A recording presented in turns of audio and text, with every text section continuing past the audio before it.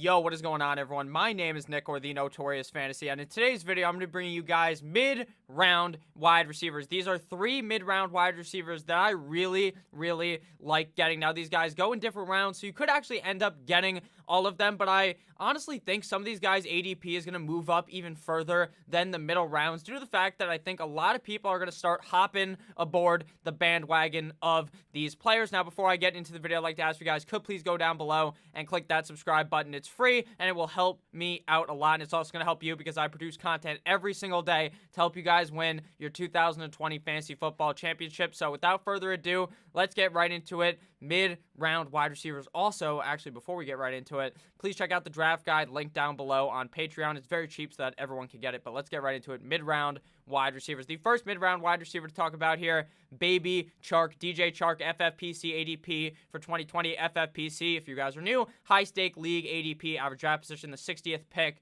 in those leagues. He's a Jacksonville Jaguar, 6'3", 199 pounds, and his workout metrics are absolutely beautiful. A 4.34 40-yard dash. The guy is lightning quick, 98th percentile 40-yard dash, 96th percentile speed score, and a 93rd percentile burst score. His best comparable player is Devontae Parker, if Devontae Parker would have broke out 4 years before he actually did. DJ Chark's stats last year were quite impressive. He really came out of nowhere onto the scene last year. A Jacksonville Jaguar, ADP, wide receiver number 22, overall pick 54, and he is a 5th round pick. He got drafted in 2018, didn't really do too much his rookie season, but he's obviously looking pretty strong in 2019, and he's going to continue to look strong in 2020. Last year, he finished wide receiver number 17, playing in 15 games. He had 14.9 PPR points per game, 19th at wide receiver, 117 targets, 7.8 per game, 20th at wide receiver, 73 total receptions, 4.9 per game, 19th at wide receiver, 1,000 receiving yards, 67.2 per game, 24th at wide receiver. So he's top 25 in targets, receptions, and yards at the wide receiver position. So he did have a very productive year, even though it was a bit confusing because at the beginning of the year, obviously, it was Big Dick Nick Foles. He's slinging it. First game, gets hurt. Then they bring in Gardner Minshew. Gardner Minshew has that Minshew mania, the mustache mania. He's lighting it up. And then Foles comes back. And then they sit down Minshew. And then Minshew comes back again. It was a very crazy type of time. But DJ Chark the whole time, even when Minshew was struggling after he got benched and then put back in, DJ Chark was still having good games. 7 red zone receptions, 33rd at wide receiver, 8 total touchdowns, number 8 at wide receiver, and 21.8% target share in the Jaguars offense, 28 at wide receiver. And that's a number that I find to be very important, the target share on a given offense. I think that DJ Chark's target share is going to go up, even though they drafted Laviska Shenault. I think it might take Shenault maybe a year or two to really become that main number 2 guy behind DJ Chark. Right now, around DJ Chark, they have a whole smorgasbord of guys that are just the most average wide receivers ever in the NFL. They have D.D. Westbrook, Chris Connolly. So obviously, DJ Chark is really the main target in that Jacksonville offense. Looking at some more efficiency type of ratings, he had 0 drops all of last season. All the balls that he didn't end up catching were just thrown over him or just nowhere near him, or the defense just really got in front of it. So I think DJ Chark is a very good wide receiver. He had an 80.3% catchable target rate, 33rd in the NFL wide receiver, which I think will actually go up in 2020 as Gardner Minshew gets better as a player. And they had a 31.4% dominator rating last season, 13th in the NFL. So he was really dominating as a wide receiver, which is very telling to make me think that DJ Chark is going to have another great season in 2020. Also, something to note is the Jaguars were really slinging the rock all season long when Gardner Minshew was starting. So I think we see the Jaguars really throw the ball a whole shit ton this year,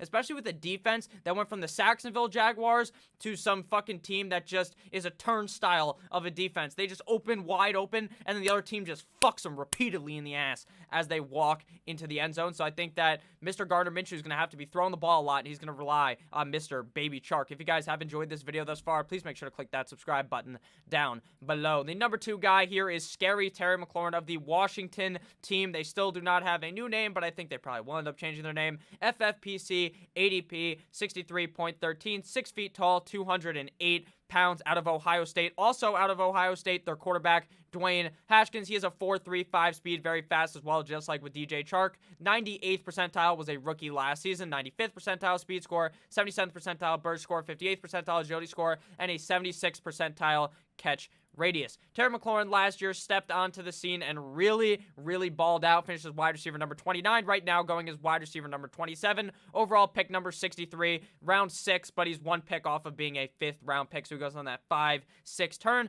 13.7 PPR points per game last season. 29th at wide receiver. 93 total targets. 6.6 per game. 34th at wide receiver. 58 receptions. 4.1 per game. 36th at wide receiver. 919 receiving yards. 65.6 per game. 27th at wide receiver. So a very solid rookie season based off of the targets, receptions, and receiving yards, but he was also doing quite good in the red zone receptions and touchdown total. He had 7 total touchdowns, 13th at wide receiver, 23% target share in that offense, 22 at wide receiver, and 8 red zone receptions, 18th at wide receiver. Something different between DJ Chark and Terry McLaurin is actually the wide receivers around him. DJ Chark has some decent wide receivers around him. Obviously, nothing that really crawls off the page and says, hey, this guy looks really good. Terry McLaurin legitimately has no one around him. Steven Sims is a guy that a lot of the dynasty community is talking about, how he could have a breakout season. While that might, or a breakout couple of years from now, Terry McLaurin really has no competition around him to get the rock. The guy was the wide receiver 1 on that team all season long, and he was able to compete against the best corner on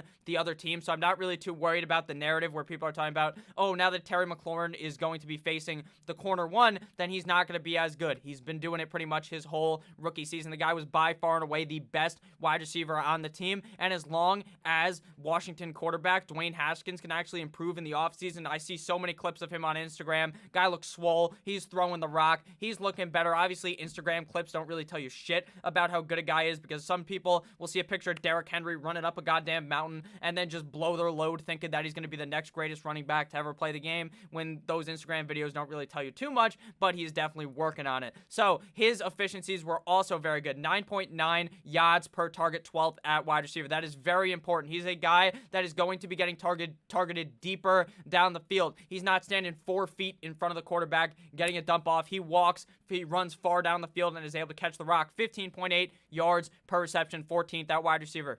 He had a 79.6% catchable target rate in 2019. You know what that tells me? Is that number is going to improve in 2020. Dwayne Haskins was pretty inaccurate. He was also dealing with, I believe, Colt McCoy fucking played a game last year. So that's telling you how good the wide receiver core was in Washington, or not the wide receiver core, the quarterback core last year was in Washington. So I think we see an improved quarterback room in Washington, which is really going to help out Terry McLaurin, especially if Dwayne Haskins can really make that step up. Something very good for him, obviously, a 68.4% contested catch rate in 2020. The guy was an absolute animal, number 1 in contested catch rate. The guy's got those sticky hands, 115.9% quarterback rating when targeted, 10th at wide receiver. So the guy was, when he was targeted, he was just making the catches. Even if the targets coming his way weren't the best, he was always making the catch. So I think we see Terry McLaurin really step an extra yards up this season and step up his game and play very well in 2020. Final guy of the video here is my main man, Tyler. Yeah, Boyd. FFPC ADP 88.74. Cincinnati Bengals, 6'1", 197 pounds. Tyler Boyd's workout metrics are not very hot, but on a player profiler, I think some of the workout metrics don't really tell the tale of the player. Some guys are just much better than how they did at the combine. 4.58 40-yard dash for Tyler Boyd, 37th percentile, 34th percentile speed score, 30th percentile burst score, 48th percentile agility score, and a 39th percentile catch radius.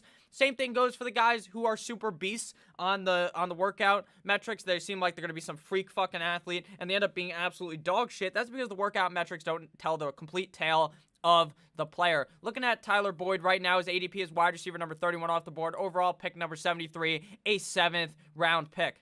He finished as wide receiver number 18 in 2019 in 16 games. 13.9 PPR points per game, 27th at wide receiver. 147 total targets, 9.2 per game. 7th at wide receiver, 90 receptions, 5.6 per game, 8th at wide receiver. So he was very heavily targeted and was catching a lot of those passes. So that's obviously going to be some great news for Tyler Boyd. 1,045 receiving yards, 65.3 per game, 22 at wide receiver, 7 red zone receptions, 25th at wide receiver. His touchdown total is really why he didn't even finish as even higher at the wide receiver position. 5 total touchdowns, 37th at wide receiver, 24.9% target share in that offense, 28th at wide receiver. So the guy's a real focal point in that offense. So now I'm going to prove everyone wrong who thinks, oh, AJ Green's coming back. Now Tyler Boyd's fucked, Nick. You dumbass. Nope, it ain't true. He's actually better. He is better when AJ Green is on the field. With AJ Green averages 17.44 PPR points per game in 2018 through 2019, 6.11 receptions